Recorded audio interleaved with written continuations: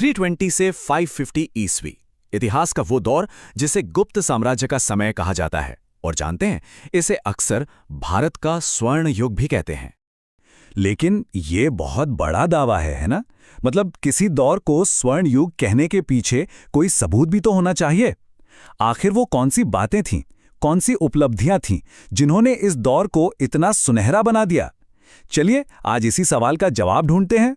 तो देखिए, हम एक एक करके परतें खोलेंगे। पहले समझेंगे भी स्वर्ण युग का मतलब क्या होता है, फिर विज्ञान और स्टील के उन चमत्कारों को देखेंगे जो आज भी हैरान करते हैं। संस्कृत साहित्य की उस शानदार दुनिया में जाएंगे, उस अमर कला को देखेंगे जिसे आज भी सहेज कर रखा गया है। और हाँ, उस समय की संस्कृति, खेल और धार्मिक माहौल को भी समझेंगे। और आखिर में हम ये भी जानेंगे कि इस शानदार युग का अंत कैसे हुआ। ठीक है, तो चलिए शुरू करते हैं। सबसे पहला और सबसे जरूरी सवाल, आखिर ये स्वर्ण युग होता क्या है?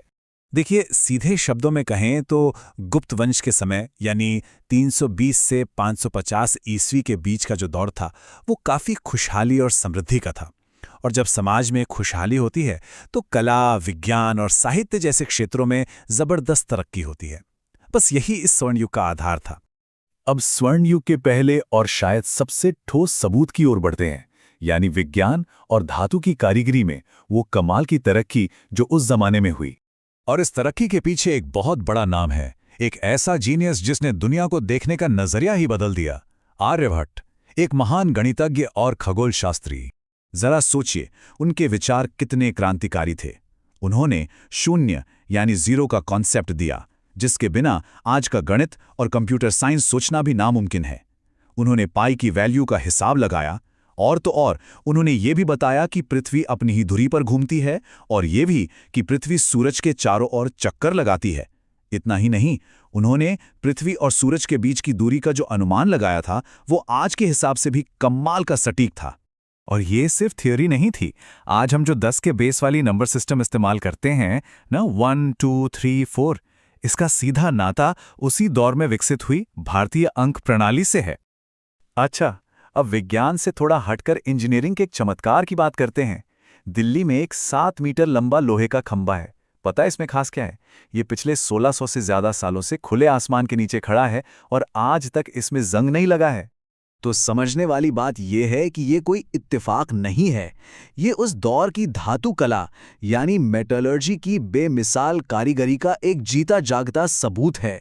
चलिए अब इस स्वर्ण युग के दूसरे पिलर की ओर बढ़ते हैं और देखते हैं कि कैसे ये दौर संस्कृत साहित्य के लिए भी एक सुनहरा दौर था। इस युग में एक से बढ़कर एक साहित्यकार हुए। कालिदास जैसे महान कवि और नाटककार, शूद्रक जैसे नाटककार, पंचतंत्र लिखने वाले विष्णु शर्मा, कवि हरिसेन और अमर सिंह जैसे व्याकरण के विद्वान और कवि। लिस्ट काफी लंबी है। और इन सब में कालिदास तो एक चमकते हुए सितारे की तरह थे। वो चंद्रगुप्त विक्रमादित्य के दरबार में थे और उन्होंने अभिज्ञान शाकुंतलम और मेघदूतम जैसे शानदार नाटक और काव्य लिखे, जिन्हें आज भी दुनिया भर में पढ़ा और सराहा जाता है। साहित्य के बाद अब बात करते हैं कला की। उस कला की जिसे पत्थरों और दीवारों पर कुछ इस तरह उकेरा गया कि वो हमेशा के लिए अमर हो गईं। इस दौर की कला के कुछ बेहतरीन उदाहरण हैं।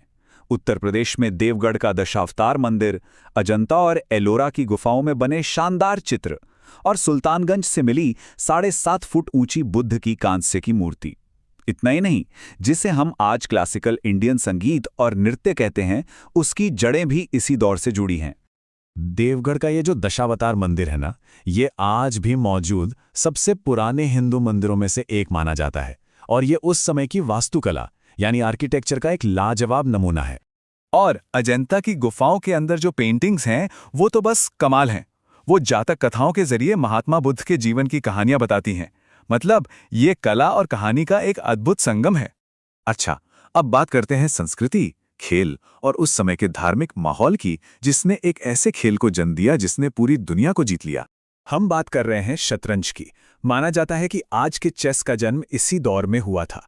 तब इसे चतुरंग कहते थे, जिसका मतलब था सेना के 4 हिस्से। ये 4 हिस्से कौन से थे? पैदल सैनिक यानी आज के प्यादे, घुड़सवार यानी घोड़ा, हाथी पर सवार सैनिक यानी बिशप, और रथ यानी रूख। तो ये सिर्फ एक खेल नहीं था, ये उस जमाने की मिलिट्री स्ट्रैटेजी का एक छोटा सा रूप था। जहां तक धर्म की बात है तो गुप्त राजा ज्यादातर वैष्णव थे, मतलब वो विष्णु की पूजा करते थे।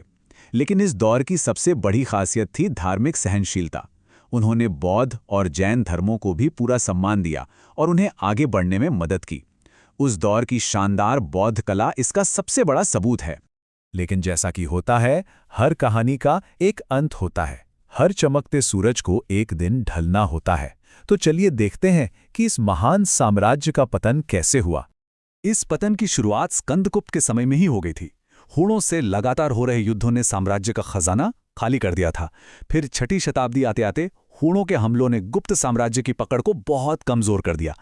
धीरे धीरे उत्तर भारत में छोटे छोटे आजाब शासक उभरने लगे और फिर लगभग 550 ईस्वी में विष्णुगुप्त के साथ, जो गुप्त वंश के आखिरी राजा माने जाते हैं, ये साम्राज्य भी इतिहास बन गया। तो यहाँ एक सवाल सोचने पर मजबूर करता है। साम्राज्य तो खत्म हो जाते हैं, लेकिन उनके स्वर्ण युग की जो उपलब्धियां होती हैं वो कैसे दुनिया को हमेशा के लिए बदल देती हैं। जरा सोचिए, शून्य से लेकर शतरंज तक गुप्त युग की विरासत आज भी हमारी जिंदगी का हिस्सा है।